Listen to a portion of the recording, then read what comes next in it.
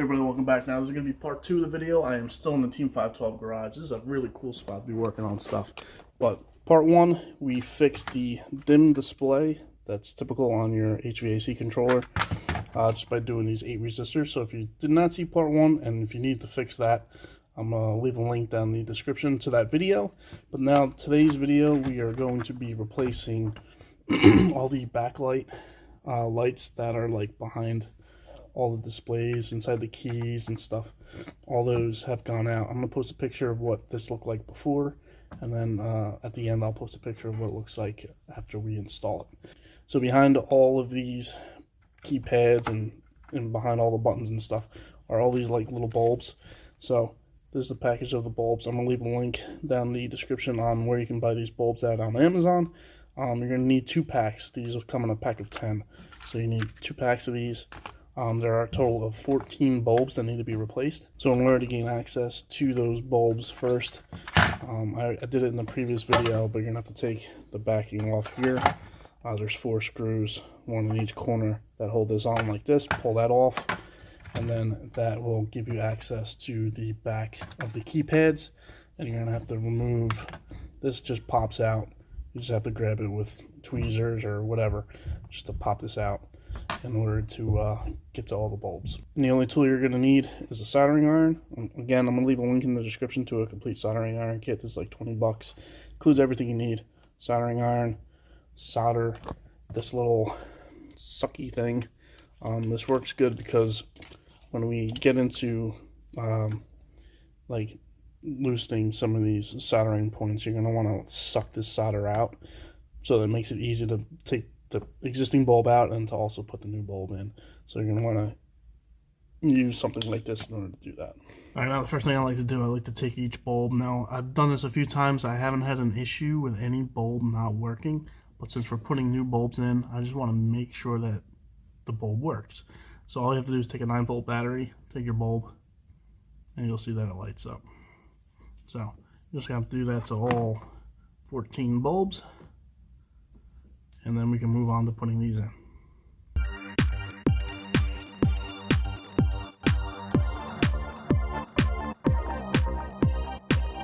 Alright, so now with the board flipped up out of the way here, like I said, there's a total of 14 bulbs that we're going to replace. We're not going to touch the orange LEDs that are in the corner of the buttons that are at the bottom of the row. These lights here. These 1, 2, 3, 4, 5, those 5 bulbs. We're not going to replace those because those are a different bulb altogether. But we're going to replace these 14 here. There's 1, 2, 3, 4, 5, 6, 7, 8, 9, 10, 11, 12, 13, and 14. So those are the 14 bulbs that we're going to replace. Like I was saying, the easiest way to do this is just heat up find where the bulb is. So like for instance, we're going to tackle this bulb first, and then when you flip it over, you see that these 2 points here are for that bulb.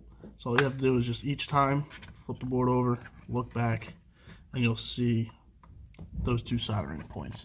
So we're just going to work through taking all the bulbs out. Again, just heating these up, pulling the bulbs out, and then later on I'll go in and I'll suck some of that excess solder out of the way just to make it easier to put the new bulbs in.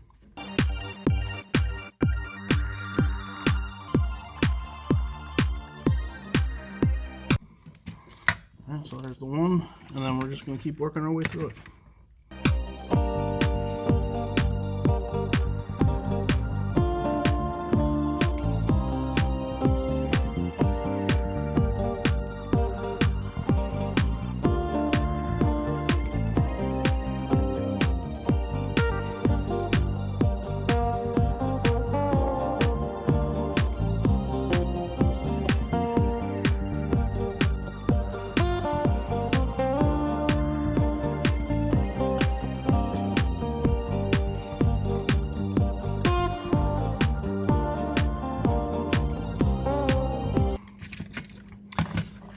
And now when you flip the board back over, you don't have to remember where the bulbs went because it's kind of pretty simple. They put circles around where all the bulbs were.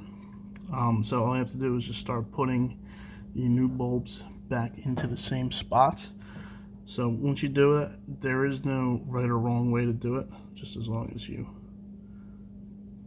actually put one leg in each hole. And in order to do this, you might have to, at the same time you try and put these in, you might have to actually also just heat up the back of it just to make it easier to push the bulb through. So I will try and do that now.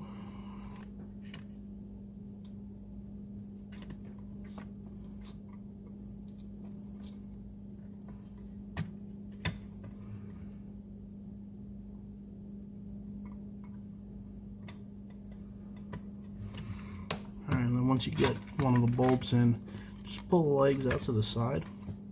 This way, when you keep going back and forth, you don't like lose the bulb. So, and then all you have to do is just keep repeating that throughout the whole process. Again, one bulb at a time. Sometimes, if you can't get the solder all the way out of the holes, just start with one. I'm gonna call it one leg of the bulb at a time. Just stick one leg in, heat it from the back side, just like this. All right, and then at least this way you'll get the bulb started. And then you can just keep pushing it in from there. Alright, so now with all the new bulbs put in, just straighten them all out, make sure they're all pointing straight up, more or less. I mean, it doesn't have to be perfect, but more or less straight up. And then as we flip this over, all we have to do now is solder up all these points. Like I said, pull all these, I'm gonna call them legs. Pull them, separate them all, make it nice and easy for you to come in here and solder all these up. So all I have to do now is just go in, use some of the solder that came with the kit, and start soldering away at these bulbs.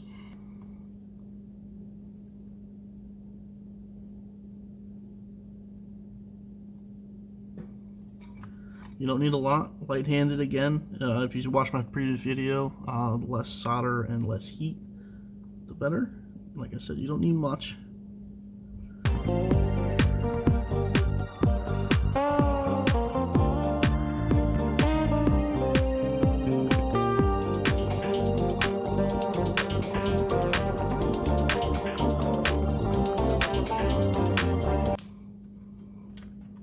Alright, and then just go through here and make sure you get them all.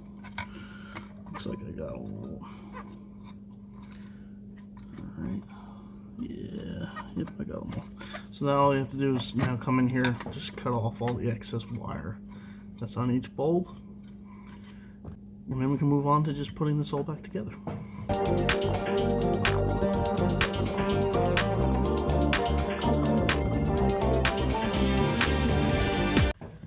Alright, so now with all those back in, all you have to do is just shove all these wires back into these holes here.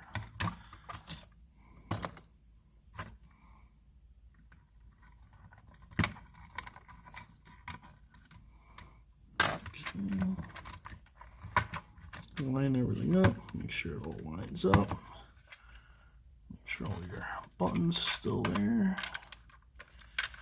Cool. Bring the top board back in. This just clips back onto here. This does make this easier. I didn't remove this in my first video, but if you do remove this, it does make it easier to get to these 8 resistors. But definitely not required, but it does make it a little bit easier. So then you just stick that connector back in. Right, so this can only go one way because it's obviously all these pins go into the bottom section here. Don't force this or else you're gonna end up breaking some pins off, and that's definitely not what you want to do. So let's just get this. Once you get it lined up, it just drops right in, just like so. And then all you have to do is just put your 4 screws back in and start to put this back together.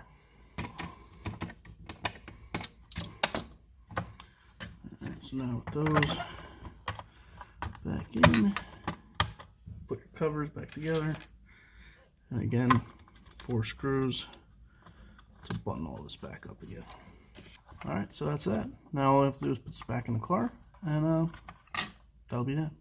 Alright, so that's going to do it for today's video. This was a 2-part video, one for the dim display and one for the backlight. So if you needed one or the other or both, make sure you check out both parts of the video. I'm going to leave a link down in the description to the other portion of this video if you needed to fix the dim display. And then also I'm going to put another link down in the description to the video that I did where I took the center console out so that you can take your HVAC controller out. It's a pretty simple process, only takes about 5-10 minutes, but I do have a video for that as well. And if you like this video, please give me a thumbs up. If you haven't done so already, please subscribe. Thank you, and have a great day.